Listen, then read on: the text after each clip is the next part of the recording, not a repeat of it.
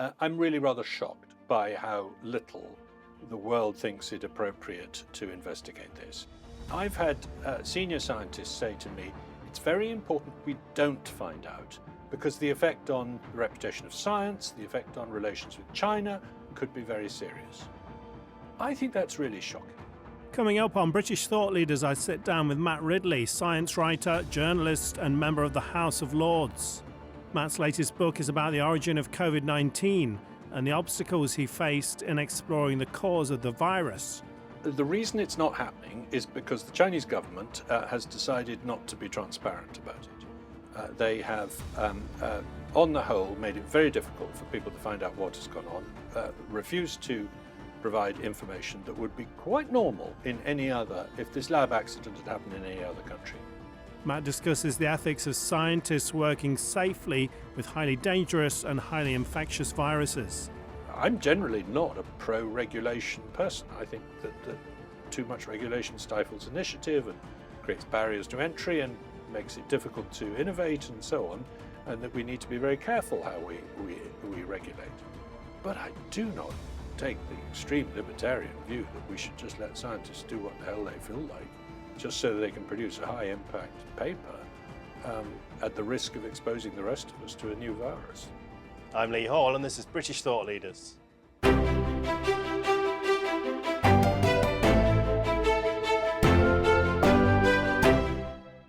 Matt Ridley, thank you for joining us on British Thought Leaders. Thank you for having me.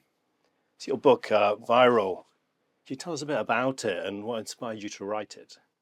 Yeah, well, if you recall, at the beginning of 2020, the world was hit by a pandemic caused by a virus. I wanted to find out where it came from. What was the story of the origin of the virus? And at first it seemed quite simple, that it was one of these cases where people had been eating something and it picked up a virus from a bat that had somehow been transferred by another species.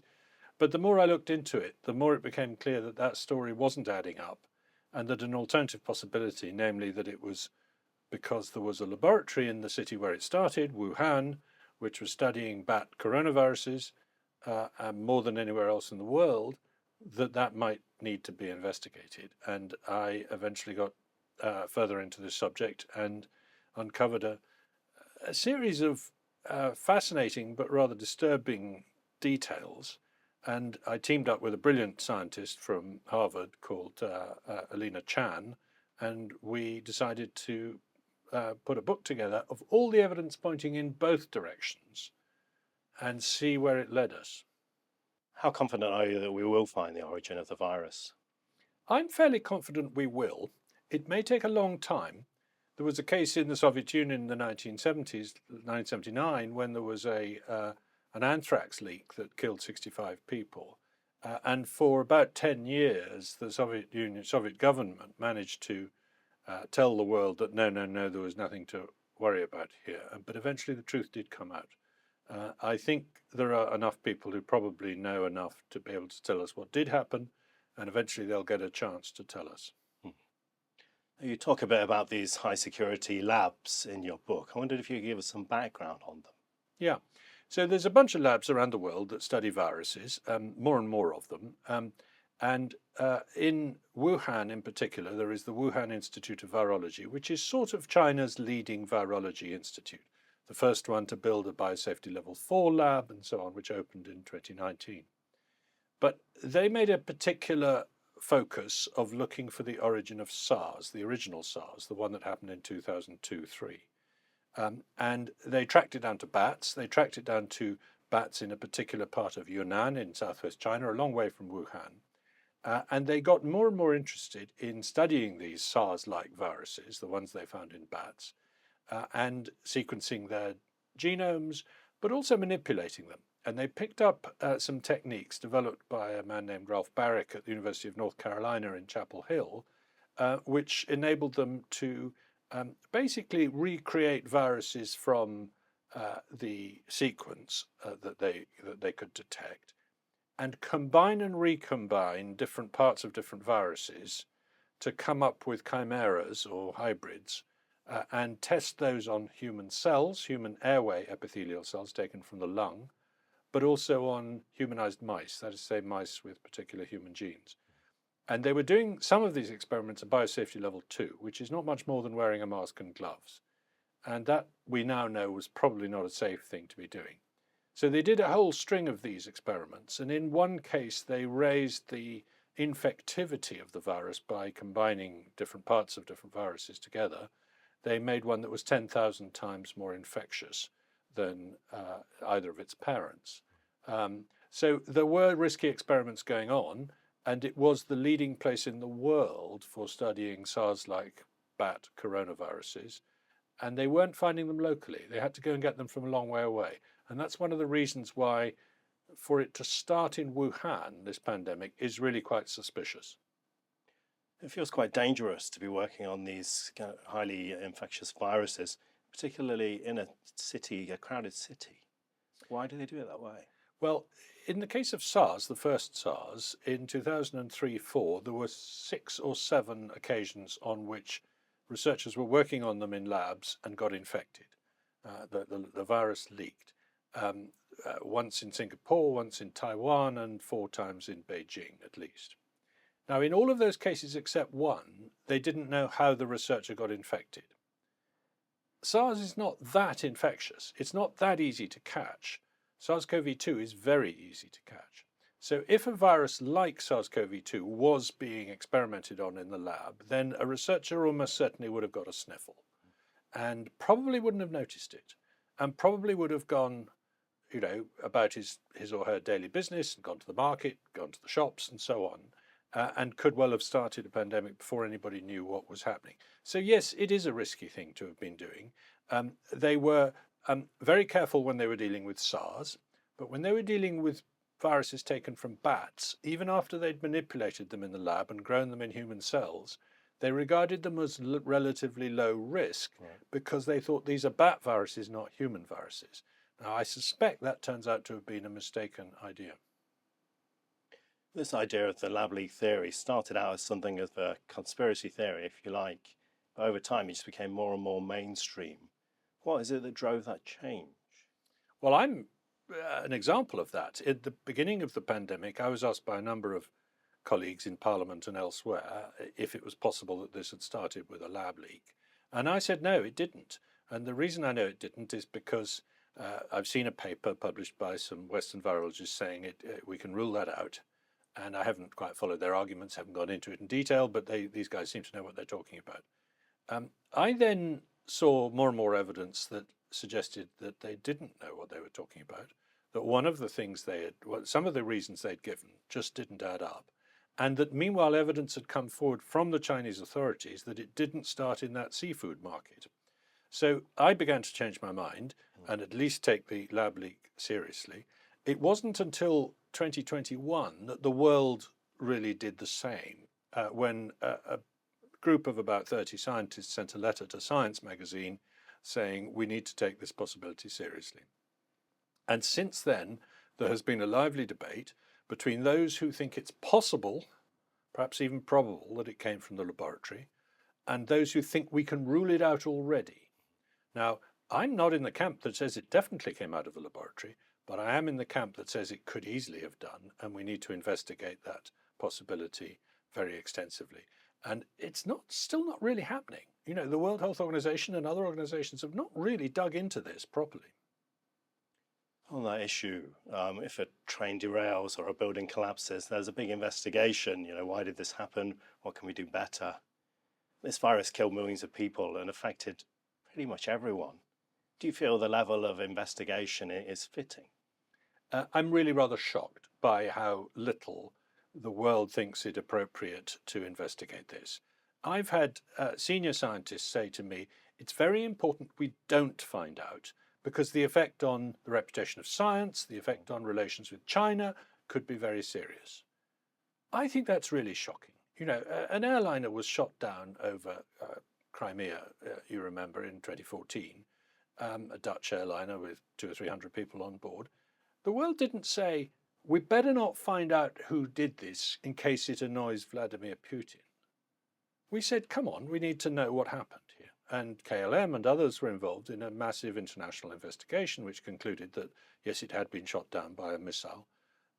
Now, that was a couple of hundred people. As you say, we're talking of, well, certainly 6 million, and some people say 20 million people who've died as a result of this pandemic, and all of us who've had our lives turned upside down, and an awful lot of health and other problems created by lockdowns and other reactions to the pandemic. So it's absolutely vital that the world takes the investigation of the origin of this pandemic seriously, so that we know how to stop it happening again, so that we can deter bad actors, rogue states and terrorists, from thinking that this is a weapon they might use in the future, and so on. Why isn't the world doing that? Well, the reason it's not happening is because the Chinese government has decided not to be transparent about it. They have, on the whole, made it very difficult for people to find out what has gone on, refused to provide information that would be quite normal in any other, if this lab accident had happened in any other country. Who were the scientists? What were they working on? What were their lab logs saying? What is their safety record? What experiments were they doing? Or in the case of, well, if it wasn't the lab, well, which animals have you looked at in the market, etc., etc. Now, they've told us some of that. But for example, they've still divulged, even to the World Health Organization, no information about the cases in November of 2019. They talk about the cases that happened in December of 2019 and January 2020 as being the first cases, but we know from a leak to the South China Morning Post and the leak of a scientific paper that there were about a dozen cases that they knew of that happened in November 2019. And there were probably other cases in October or November of 2019. Now, they won't divulge the name, well, we don't need to know the names of these people, but the occupations, the locations of the people who caught that virus in November 2019. If they were lab workers, that would be quite interesting. So do you think it's a saving face thing that they won't reveal this? I think there is a culture of secrecy in China, of not collaborating with the rest of the world on things like that, of regarding it as impertinent of the rest of us to ask. But we're all in this together. We all got the virus. So I think we all have a right to know what happened, whether we're Chinese or not. I think there is also a worry about the West weaponizing the information that it might have started, for example, in a laboratory and demanding reparations or putting sanctions on China. I personally don't think that's the way it would go. I think it should result in a good conversation internationally about tightening up biosafety standards in laboratories worldwide, whether this happened this way or not, because there is very little international oversight of these laboratories, and getting everyone to agree on a treaty about how to make sure we don't do risky things with viruses. The director of the FBI accused the Chinese of doing their best to thwart and obfuscate attempts to find the origins of the virus. I'm assuming you agree with that, but how much has politics kind of interfered with your work to bring out a book like this? Well, just to give you one example of thwarting the investigation, there is a database. It has 22,000 entries in it. It contains a list of all the viruses that lab has collected in the wild from bats over the years, and all the details about them, including their genetic sequences, where they've been sequenced, and other information about them. That we know that database existed. We know the size, the scale of it, because there was open information about summarizing what was in it, but the details of what was in it was password protected. On the 12th of September 2019, that is to say 2 months before the pandemic began, as far as we can tell, it went offline, that database, and has never been brought back online. And we have asked repeatedly, as have other people, please can we see what's in that database? Because if it doesn't contain any virus related to SARS-CoV-2, then it exonerates the lab pretty well. So they ought to be rushing it out there. Now, the reason they give for not sharing that database is because they say you might hack it. Well, I don't understand that. How can you hack something that's been shared? You know, once it's been shared, you don't hack it. You don't need to. It's a meaningless remark. So I'm afraid that makes us very suspicious. As for the politics of taking on this subject, Yeah, I'm just a science writer. My colleague is a young and brilliant scientist, my co-author, Alina Chan, at Harvard. And the two of us are subject to some pretty vile attacks, some of it originating within China, some of it very explicit. The Chinese state media has carried articles about what a disgraceful person I am, which of course I am, but not in the way they accuse me of. And so yeah, it's not been easy, and there is very clearly here in the West too a great reluctance, particularly in the scientific community, to tackle this topic, and I think that's rather worrying because it shows the degree to which people are worried about future collaborations with China, worried about Chinese funding for institutions. And worried about the reputation of science if it comes out that this was a mistake made within science. Well, I think truth is more important than consequence. There's also been very little public criticism of China. Why do you think that is? Well, people are now criticizing China much more over the Uyghurs and over Hong Kong than they did. But I think this could be an even bigger reason to at least challenge China. I was a huge fan of China. I went there with open eyes and enjoyed my visit, was very impressed by what was going on 10 years ago. And when we were in Britain trying to build a good relationship with them, again about 10 years ago, I thought that was a good thing. I didn't realize the degree to which Xi Jinping is a different kind of creature from his predecessors, and that he really doesn't believe in the idea of a relatively liberal and free market economy, even while the Communist Party runs the politics, the compromise that Deng Xiaoping imposed, if you like. And so it dawned on me slowly, around the time I began investigating this topic, that we really were dealing with a very different kind of regime than we were 10 years ago. I think an awful lot of the West hasn't woken up to that yet. The US Energy Department said the virus most likely came from a lab, and then the Senate and the FBI backed them up on that. It must have felt like at least a small victory on your part to hear those things. Well, as I say, we haven't come to a definitive conclusion that it definitely came from the lab. We just keep saying we must investigate because it's a strong possibility. But it is good to see some public institutions in the US, Department of Energy, which runs a lot of their big labs, including biotech ones, so it's of great relevance here. The FBI and various aspects of the Senate have come out with strongly worded reports saying this needs to be taken seriously, and they think it's probable now. They think with moderate or low confidence that it is probably what happened. And that's probably not very different from me. As I say, I don't know what happened. I don't have confidence in anything. But I do think it's a strong likelihood that it came from a lab, and I think we need to push further on and find out much more about what happened. There's quite a lot of information in the West that we could still find out. I mean, we're finding out things all the time that's coming out from the correspondence of scientists, the interactions they had with China and so on, that are useful information. How much is this stuff still going on? Because as a kind of non-science person, we don't hear that much about the origins of COVID anymore. Is there still a community that's digging into this? Very much so. There's new revelations pretty well every day, most of them minor. But for example, yesterday, Senator Rubio produced a report which goes into significant detail about this. There's other people who are putting in freedom of information requests, digging into information, going through satellite data from how full car parks were at hospitals in November 2019, things like that, that could possibly shed light on it. There's information about similar viruses coming out.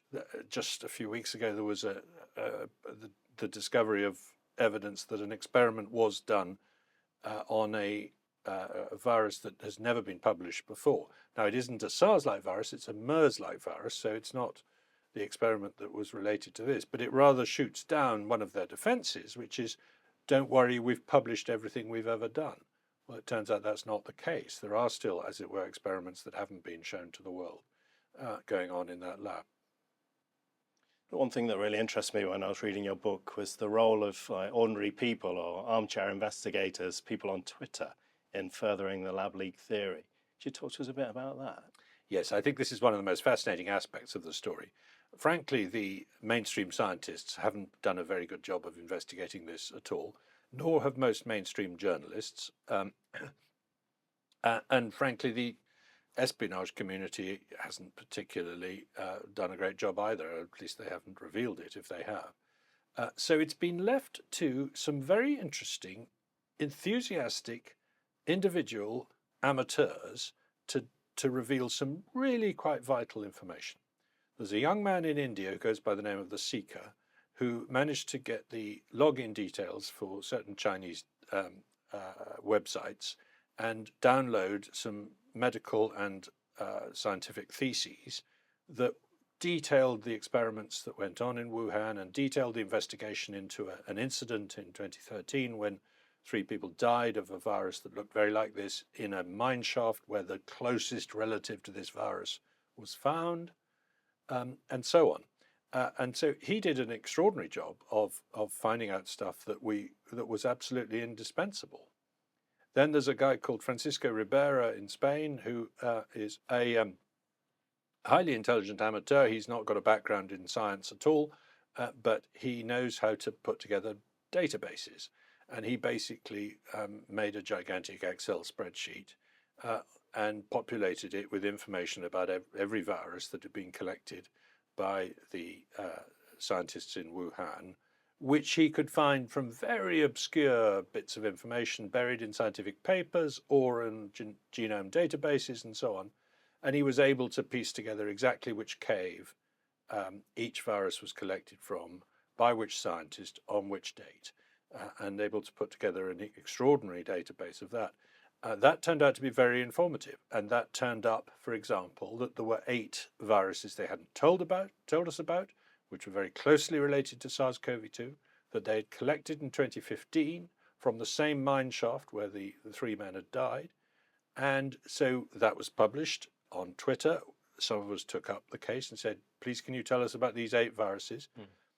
The team from Wuhan then submitted an addendum to their scientific paper in Nature saying, oh, by the way, there were 8 other viruses that we didn't tell you about.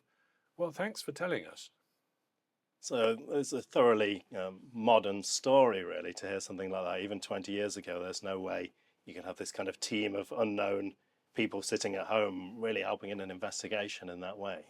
Well, I think it's a really interesting example of what you might call citizen science, about people can contribute to these things and without necessarily being experts in the topic.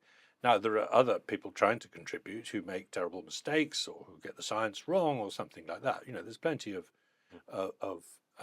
less good contributors out there, but it is one of the fascinating aspects of this story that where the professional scientists and journalists have let us down, the amateurs have stepped into the breach, unpaid, and done some spectacular work. I've mentioned 2 of them, but there's about 10 others I could mention. Moving forward, what do you think are the most important changes we need to see in terms of viruses and pandemic planning and things like that? Well, I think we need to tighten up laboratory safety worldwide. Whether this virus happened by this way or not, it could have done. There are experiments that we've found out about that happened in Wuhan and others that happened elsewhere in the world that really shouldn't be going on. These are so-called gain-of-function research of concern. Not all gain-of-function is wrong, some of it is valuable, but the idea that you need to do these experiments to develop vaccines or something like that is simply wrong. There are much safer ways of getting the information that comes from these experiments. And the thing we need is for the world to agree to tighten standards about what happens in these laboratories.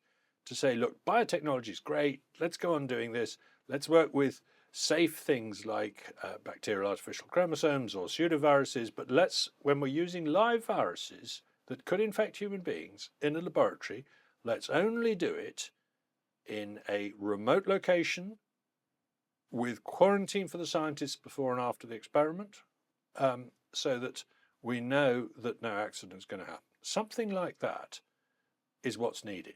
Now, if you won't sign up to that as another country, then we're not going to do a deal with you. We're going to make it difficult for you to publish your science, etc., etc. That's the kind of regulation that, frankly, we did in the airline industry a generation ago, where everybody everywhere in the world agrees to share information from every accident so that everything is a learning experience.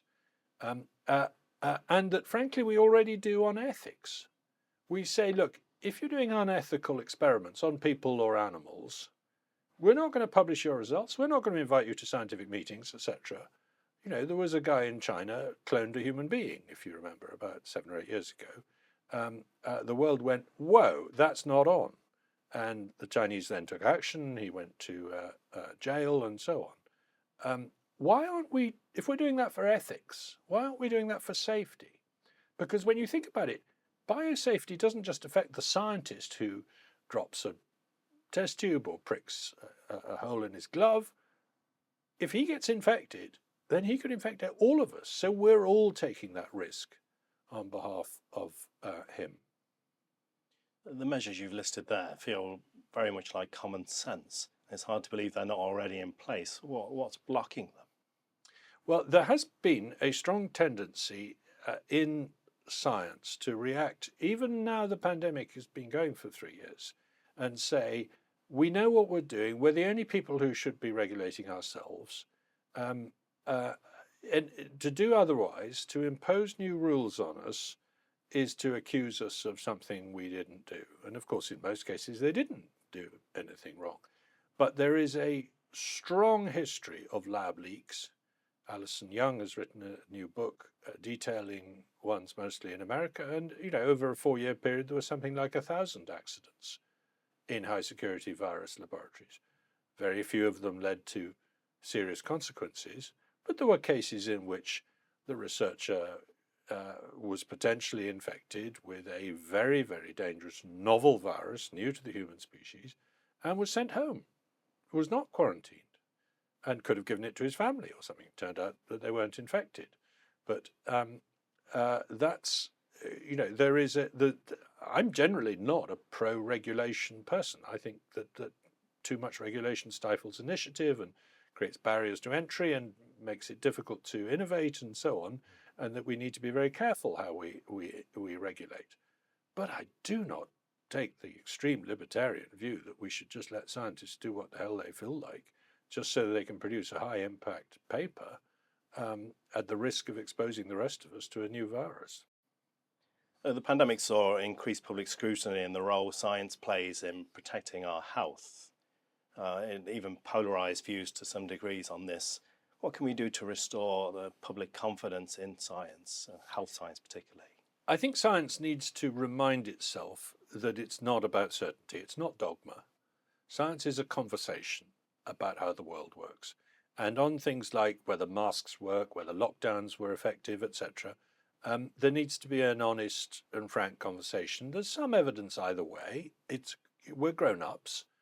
Science needs to treat ordinary people as capable of engaging in conversations like that. And I think the same about the origin of the virus. This is not a question where we want scientists to just make up their mind behind closed doors and then tell us sort of biblical truth. This is what happened and you're not to question it.